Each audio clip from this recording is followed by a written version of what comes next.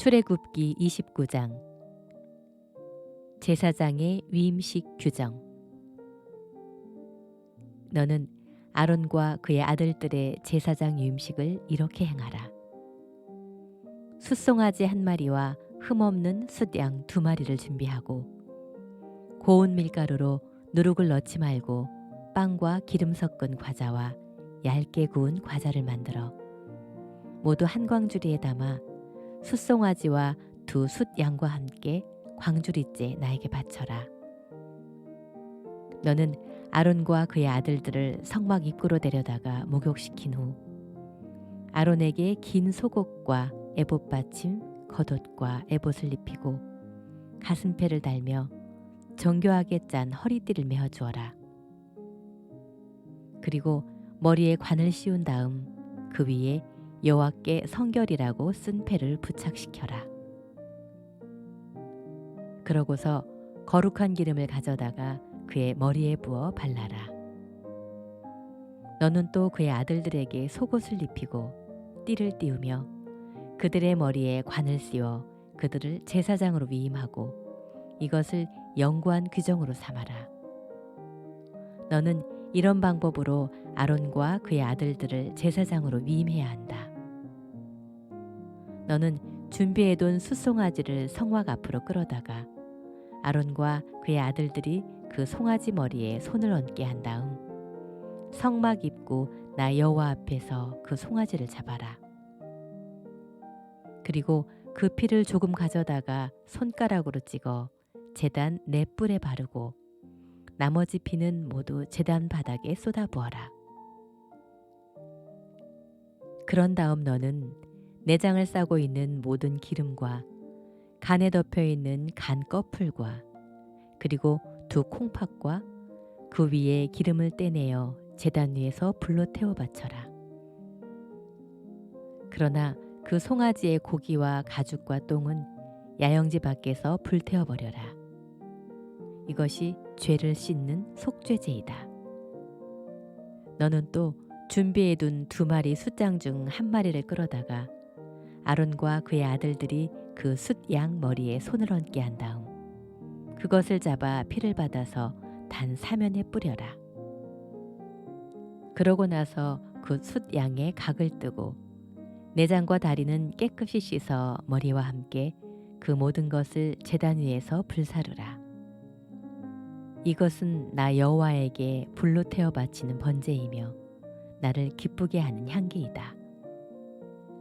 그리고 너는 남아있는 다른 숫양을 끌어다가 아론과 그의 아들들이 숫양 머리에 손을 얹게 한 다음 그것을 잡아 피를 받아서 아론과 그의 아들들의 오른쪽 귓볼과 오른손 엄지손가락과 오른발 엄지발가락에 바르고 그 나머지 피는 제단 사면에 뿌려라. 그러고 나서 너는 단 위의 피와 거룩한 기름을 조금 가져다가 아론과 그의 아들들에게 뿌리고 또 그들의 옷에도 뿌려라. 그러면 그들과 그들의 옷이 거룩하게 될 것이다. 너는 또 그 숫양의 기름과 기름진 꼬리와 내장을 싸고 있는 모든 기름과 간에 덮여 있는 간 꺼풀과 그리고 두 콩팥과 그 위에 붙은 기름을 떼어내고 오른쪽 넓적다리를 잘라서 따로 두어라. 이것은 제사장의 위임식 숫양이다. 그런 다음 너는 나에게 바친 빵 광주리에서 빵 한 개와 기름 섞은 과자 한 개와 얇게 구운 과자 한 개를 가져다가 그 모든 것을 아론과 그의 아들들에게 주어 나 여호와 앞에서 흔들어 바치게 하라. 그리고 너는 그들에게서 그것을 받아 번제물 위에 올려놓고 불살라 나 여호와를 기쁘게 하는 향기로운 제물이 되게 하라. 또 너는 이 위임식 숫양의 가슴을 가져다가 내 앞에서 흔들어 바쳐라. 이것은 너의 몫이다. 너는 아론과 그의 아들들의 위임식 때 흔들어 바친 숫양의 가슴과 넓적다리를 거룩하게 구별하라. 이것은 이스라엘 백성이 화목제물 중에서 나 여호와에게 바쳐야 할 예물로 그들이 항상 아론과 그의 아들들에게 주어야 할 몫이다. 아론의 제사장복은 그의 후손에게 대대로 물려주어 위임식 때 그들이 입고 기름 부음을 받게 할 것이며, 아론을 이어 대제사장이 되는 아들은 성막에 들어가 성소에서 섬길 때 7일 동안 이 거룩한 옷을 입어야 한다. 너는 위임식에 사용한 숫양의 고기를 가져다가 거룩한 곳에서 삶아 아론과 그의 아들들이 성막 입구에서 광주리에 빵과 함께 그 고기를 먹게 하라. 그들을 위임하여 거룩하게 하는 데 사용된 이 속죄의 제물은 거룩한 것이므로 그들만이 먹어야 하며 다른 사람은 먹을 수 없다. 만일 위임식의 고기나 빵이 다음날 아침까지 남았으면 그것을 불로 태워버려라. 이것은 거룩한 것이므로 먹어서는 안 된다. 너는 아론과 그의 아들들의 위임식을 내가 명명한 대로 7일 동안 행하라. 매일 숫송아지 한 마리로 죄를 씻는 속죄제를 드리고 또 단을 위해서도 속죄하여 깨끗하게 하며 거기에 기름을 부어 거룩하게 하라. 내가 7일 동안 단을 위해 속죄하여 거룩하게 하면 그 단이 아주 거룩하게 되어 단에 접촉하는 사람이나 물건이 다 거룩해질 것이다. 매일 드리는 제물. 내가 매일 정규적으로 단에 바칠 제물은 1년 된 어린 양 2마리이다. 어린 양 1마리는 아침에 바치고 또 1마리는 저녁에 바쳐라. 그리고 너는 어린 양 1마리에 대하여 고운 밀가루 2.2리터와 순수한 감람기름 약 1리터를 섞어서 바치고 또 포도주 약 1리터를 제물로 바쳐라. 나머지 한 어린 양은 저녁에 바치되 아침에 드릴 때와 마찬가지로 곡식과 기름으로 드리는 소제와 포도주로 드리는 전제를 함께 바쳐라. 이것은 나 여호와에게 불로 태워 바치는 향기로운 제물이다. 불로 태워 바치는 이 번제는 성막 입구나 여호와 앞에서 너희가 대대로 바쳐야 한다. 내가 거기서 내 백성과 만나고 너희에게 말하겠다. 내가 거기서 이스라엘 백성을 만날 것이니 내 영광의 광채로 그것이 거룩하게 될 것이다. 이렇게 해서 내가 성막과 단을 거룩하게 하고 아론과 그 아들들도 거룩하게 하여 제사장으로서 나를 섬기게 하겠다. 내가 또 이스라엘 백성 가운데 살면서 그들의 하나님이 될 것이다. 그들은 내가 그들 가운데 살고자 그들을 이집트에서 인도해낸 그들의 하나님 여호와임을 알 것이다. 나는 그들의 하나님 여호와이다. 요한복음 8장. 가늠한 여자가 용서받음. 그러나 예수님은 감난산으로 가셨다. 다음 날 이른 아침에 예수님이 다시 성전으로 오시자 사람들이 예수님에게 몰려들었다. 그래서 예수님이 앉아 그들을 가르치고 계시는데 율법학자들과 바리새파 사람들이 간음하다가 잡힌 한 여자를 끌고 와서 가운데 세우고, 선생님, 이 여자는 간음하다가 현장에서 잡혔습니다. 모세의 법에는 이런 여자를 돌로 쳐 죽이라고 했는데 선생님은 어떻게 생각하십니까? 하고 물었다. 그들이 이런 질문을 한 것은 예수님을 시험하여 고발할 구실을 찾기 위해서였다. 그러나 예수님은 몸을 굽혀 손가락으로 땅바닥에 무엇인가를 쓰고 계셨다. 그래도 그들이 계속해서 질문을 하자 예수님이 일어나 너희 가운데 죄 없는 사람이 먼저 저 여자를 돌로 쳐라 하시고 다시 몸을 굽혀 땅바닥에 무엇인가를 계속 쓰셨다. 예수님의 말씀을 듣고 그들은 양심의 가책을 받아 나이 많은 사람으로부터 시작하여 하나씩 둘씩 모두 가버리고 예수님과 거기에 서 있는 여자만 남았다. 예수님께서 일어나 그 여자에게 그들이 어디 있느냐, 너를 죄인 취급한 사람은 없느냐 하고 물으시자 그녀는 주님 없습니다 하고 대답하였다. 그렇다면 나도 너를 죄인 취급하지 않겠다. 가서 다시는 죄를 짓지 말아라 하고 말씀하셨다. 후에 예수님은 사람들에게 다시 말씀하셨다. 나는 세상의 빛이다. 나를 따르는 사람은 어두움에 다니지 않고 생명의 빛을 받을 것이다. 그러자 바리새파 사람들이 예수님께 당신이 자기를 증거하고 있으니 당신의 증거는 진실하지 못하오 하였다. 그래서 예수님은 이렇게 말씀하셨다. 나는 내가 어디서 와서 어디로 가고 있는지를 알기 때문에 내가 나를 증거한다고 해도 내 증거는 참된 것이다.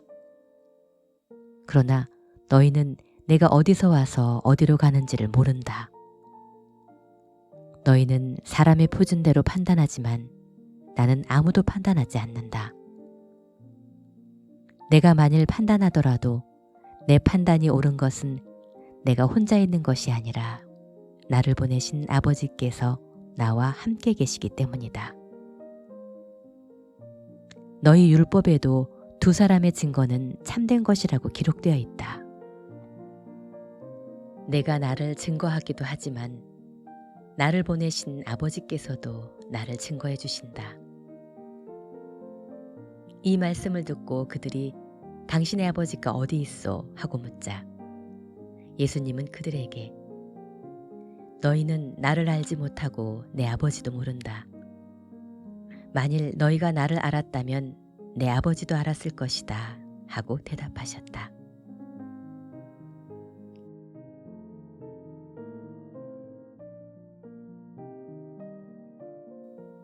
예수님은 성전에서 가르치실 때 헌금함 앞에서 이 말씀을 하셨으나 아직 그분의 때가 되지 않았으므로 예수님을 잡는 사람이 아무도 없었다. 예수님은 그들에게 다시 말씀하셨다. 나는 떠나간다. 너희는 나를 찾다가 너희 죄 가운데서 죽을 것이다. 내가 가는 곳에는 너희가 올 수 없다. 그때 유대인들이 자기가 가는 곳에는 우리가 가지 못한다고 하니 이 사람이 자살이라도 하겠다는 건가 하자 예수님이 이렇게 말씀하셨다.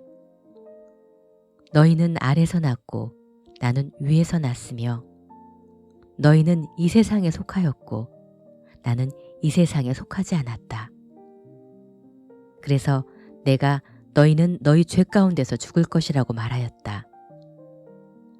만일 너희가 나를 그리스도로 믿지 않으면 너희가 정말 너희 죄 가운데서 죽을 것이다. 그때 그들이 도대체 당신은 누구요? 하고 물었다.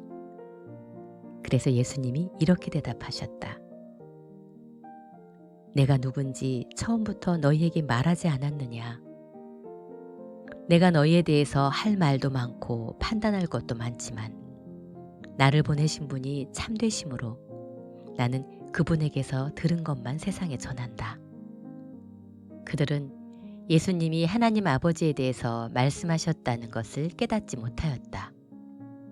그러므로 예수님이 다시 말씀하셨다. 너희가 나를 십자가에 못 박아 죽인 다음에야 비로소 내가 그리스도라는 것과 또 내가 아무것도 스스로 말하지 않고 아버지께서 가르쳐 주신 대로 말한다는 것을 알게 될 것이다. 나를 보내신 분이 나와 함께 하신다. 내가 항상 그분이 기뻐하시는 일을 하기 때문에 그분은 나를 혼자 버려두지 않으셨다. 이 말씀을 듣고 많은 사람이 예수님을 믿었다.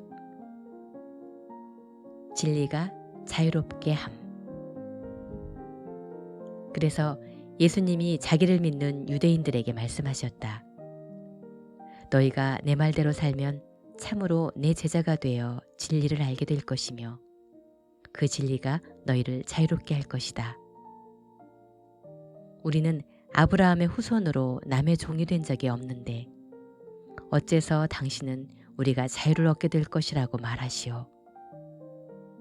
내가 분명히 너희에게 말한다.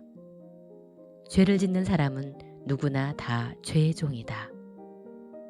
종은 주인 집에서 영구히 머물러 있을 수 없지만 이들은 그 집에서 영원히 산다. 그러므로 아들이 너희에게 자유를 주면 너희는 진정으로 자유로운 사람이 될 것이다. 너희가 아브라함의 후손이라는 것은 나도 알고 있다. 그러나 너희가 내 말을 받아들이지 않기 때문에 나를 죽이려고 한다. 나는 내 아버지 앞에서 본 것을 말하고 너희는 너희 아비에게 들은 것을 행한다. 우리 아버지는 아브라함이요. 너희가 아브라함의 자손이라면 아브라함을 본받아야 하지 않느냐. 그러나 너희는 지금 하나님에게서 들은 진리를 말한 나를 죽이려 하고 있다. 아브라함은 이렇게 하지 않았다. 너희는 너희 아버지가 하는 짓을 하고 있다. 우리는 사생아가 아니요. 우리 아버지는 하나님 한 분뿐이요. 그래서 예수님이 그들에게 이렇게 말씀하셨다.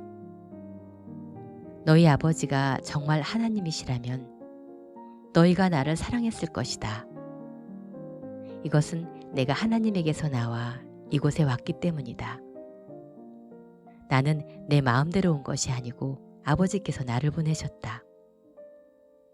왜 너희는 내 말을 이해하지 못하느냐? 이것은 너희가 내 말을 알아들을 수 없기 때문이다. 너희는 너희 아비인 마귀의 자식이므로 너희 아비가 원하는 것을 하고 싶어 한다. 그는 처음부터 살인자였다. 그에게는 진리가 없었으므로 그가 진리의 편에 서지 못한다. 그는 거짓말을 할 때마다 자기 본성을 드러낸다. 이것은 그가 거짓말쟁이며 거짓의 아버지이기 때문이다.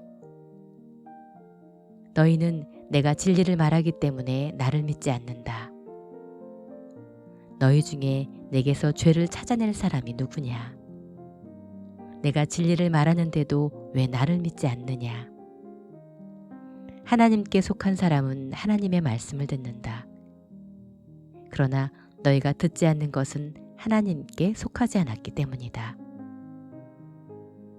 그때 유대인들이 예수님께 우리가 당신을 사마리아 사람이며 귀신 들린 사람이라고 하는 것이 옳지 않소 하자. 예수님이 이렇게 대답하셨다. 내가 귀신 들린 것이 아니라 내 아버지를 공경하는데도 너희는 나를 멸시하고 있다. 나는 내 자신의 영광을 구하지도 않는다. 그것을 구하고 판단하시는 분은 하나님이시다. 내가 분명히 너희에게 말한다. 누구든지 내 말을 지키면 영원히 죽지 않을 것이다. 그러자 유대인들이 대꾸하였다. 이제 보니 당신은 귀신이 들려도 단단히 들렸소. 아브라함도 예언자들도 다 죽었는데 당신의 말을 지키면 영원히 죽지 않는다니. 그렇다면 당신이 죽은 우리 조상 아브라함보다 더 위대하단 말이요? 예언자들도 죽었는데 도대체 당신은 누구란 말이요? 그래서 예수님이 다시 말씀하셨다. 내가 내 자신에게 영광을 돌리면 그것은 아무 가치도 없다. 나를 영광스럽게 하시는 분은 바로 너희가 너희 하나님이라고 부르는 내 아버지이시다. 너희는 그분을 모르지만 나는 알고 있다. 만일 내가 그분을 모른다고 하면 나도 너희처럼 거짓말쟁이가 되고 말 것이다. 그러나 나는 그분은 알고 그분의 말씀을 지키고 있다. 너희 조상 아브라함은 내 날을 보리라는 생각에 즐거워하다가 마침내 보고 기뻐하였다. 이때 유대인들이 당신은 아직 50살도 못 되었는데 아브라함을 보았단 말이요? 하고 묻자 예수님은 내가 분명히 너희에게 말하지만 나는 아브라함이 나기 전부터 있었다 하고 대답하였다. 그러자 그들이 돌을 들어 예수님을 치려고 하였다. 그러나 예수님은 몸을 피해 성전 밖으로 나가셨다. 잠언 5장 간음에 대한 경고. 내 아들아, 내가 지혜와 통찰력으로 가르치는 말을 잘 귀담아 듣고 모든 일을 신중하게 하며 내 말에 지식이 깃들어 있음을 보여주어라. 방탕한 여인의 입술은 꿀보다 달고 그 입은 기름보다 더 미끄러우나 나중에는 쓰라림과 고통만을 남겨줄 것이다. 그런 여자는 지옥을 향해 죽음의 길을 치닫고 있으면서도 생명의 길을 생각하지 못하며 자기 길이 삐뚤어져도 그것을 깨닫지 못한다. 내 아들들아, 이제 너희는 내 말을 잘 듣고 잊지 말며 그런 여자를 멀리하고 그녀의 집 문에도 가까이 가지 말아라. 그렇지 않으면 한때 내가 누리던 영예를 다른 사람에게 빼앗기게 되고 너는 난폭한 자들의 손에 죽음을 당할 것이며 낯선 사람들이 내 재물로 배를 채우고 내 수고한 것이 다른 사람의 집으로 갈 것이다. 그럴 경우 결국 내 육체는 병들어 못 쓰게 되고 너는 이렇게 탄식하게 될 것이다. 내가 왜 훈계를 싫어하며 어째서 내 마음이 꾸지람을 가볍게 여겼는가? 내가 내 스승의 말을 듣지 않았고 나를 가르치는 사람에게 귀를 기울이지 않았더니 이제 많은 사람들 앞에서 수치를 당하게 되었구나. 너는 내 아내에게 성실하고 그녀만 사랑하여라. 내가 다른 여인에게 정을 주어 자식을 낳게 할 이유가 무엇이냐? 너는 내 자녀를 얻는 복을 다른 사람과 나누지 못하게 하라. 내가 젊어서 얻은 아내를 행복하게 하고 그녀와 함께 즐거워하라.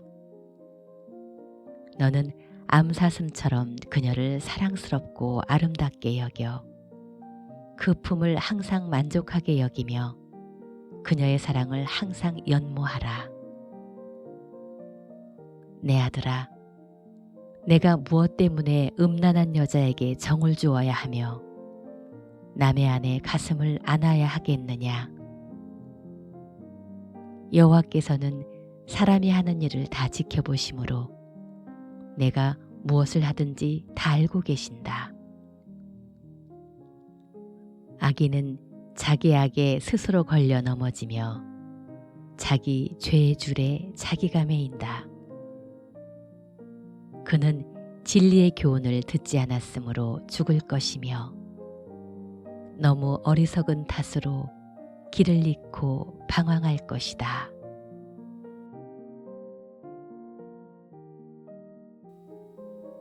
갈라디아서 4장. 여러분, 상속자는 모든 것의 주인이지만 어릴 때는 종이나 다름없으며 아버지가 정한 때까지는 보호자나 재산관리인 아래에 있습니다. 이와 같이 우리도 어렸을 때는 유치한 유대교의 율법에 매여 종살이하고 있었습니다. 그러나 때가 되어 하나님은 자기 아들을 보내 여자에게서 태어나게 하시고 율법의 지배를 받게 하셨습니다. 그것은 율법 아래에 있는 사람들을 구원하고 우리를 하나님의 자녀가 되게 하기 위해서입니다. 여러분이 아들이기 때문에 하나님은 성령을 우리 마음 가운데 보내셔서 나의 아버지라고 부르게 하셨습니다. 그러므로 이제는 여러분이 종이 아니라 하나님의 아들입니다. 여러분이 아들이기 때문에 하나님은 여러분을 상속자로 삼으신 것입니다. 전에 여러분이 하나님을 알지 못했을 때는 실제로 있지도 않은 신들에게 종이 되었습니다. 그러나 이제는 여러분이 하나님을 알고 하나님도 여러분을 아십니다. 그런데 왜 여러분은 약하고 무가치하며 유치한 율법으로 되돌아가 다시 종이 되려고 하십니까? 여러분이 날과 달과 절기와 해를 지킨다고 하니 내가 여러분을 위해 수고한 것이 헛되지 않았나 걱정이 됩니다. 바울의 실망. 형제 여러분, 내가 여러분과 같이 되었으니 여러분도 나와 같이 되기를 바랍니다. 여러분은 나에게 해를 끼치지 않았습니다. 여러분도 다 아는 일이지만 내가 처음으로 여러분에게 기쁜 소식을 전하게 된 것은 내 육체의 질병 때문이었습니다. 내 병이 여러분에게 시험이 되긴 했지만 여러분은 나를 업신여기거나 버리지 않고 하나님의 천사나 그리스도 예수님과 같이 나를 환영해 주었습니다. 그런데 여러분의 그 기쁨은 다 어디로 갔습니까? 그때 여러분이 할 수만 있었다면 눈이라도 뽑아서 나에게 주었을 것입니다. 이제 와서 내가 진리를 말하기 때문에 여러분의 원수가 되었습니까? 거짓 선생들이 여러분을 열심히 설득하고 있는 것은 좋은 생각에서가 아니라 여러분이 우리를 버리고 자기들을 따르도록 하기 위한 것입니다. 여러분이 선한 일에 열심을 내는 것은 내가 함께 있을 때뿐만이 아니라 언제든지 좋은 일입니다. 나의 사랑하는 자녀 여러분, 여러분 속에 그리스도의 모습이 형성될 때까지 나는 여러분을 위해 해산하는 고통을 겪습니다. 나는 여러분에 대하여 의심스러운 점이 있어 갈피를 잡을 수 없으므로 이제라도 직접 만나보고 여러분에 대한 내 태도를 바꾸고 싶습니다. 말해보십시오. 여러분은 율법 아래 살기를 원하면서도 율법이 말하는 것을 듣지 못합니까? 율법에는 이런 기록이 있습니다. 아브라함에게 두 아들이 있었는데 하나는 여종에게서 났고 다른 하나는 자유를 누리는 여자에게서 났습니다. 여종에게서 난 아들은 보통 방법으로 났고 자유를 누리는 여자에게서 난 아들은 약속을 따라 났습니다. 이것은 비유로서 두 여자는 두 계약을 말합니다. 한 계약은 신의 산에서 받은 것으로 종살이할 아기를 낳은 하갈을 의미합니다. 하갈은 아라비아에 있는 신의 산을 가리키며 지금의 예루살렘에 해당합니다. 그것은 예루살렘이 아직도 그 자녀들과 함께 율법의 종노릇을 하고 있기 때문입니다. 그러나 하늘의 예루살렘은 자유인이었던 사라를 의미하며 그 예루살렘은 우리 모두의 어머니이기도 합니다. 성경에도 이렇게 기록되어 있습니다. 아기를 낳지 못하는 여자여 즐거워하여라. 해산의 고통을 모르는 여자여 소리 높이 외쳐라. 홀로 사는 여자의 자녀가 남편 있는 여자의 자녀보다 더 많을 것이다. 형제 여러분, 여러분은 이삭과 같은 약속의 자녀입니다.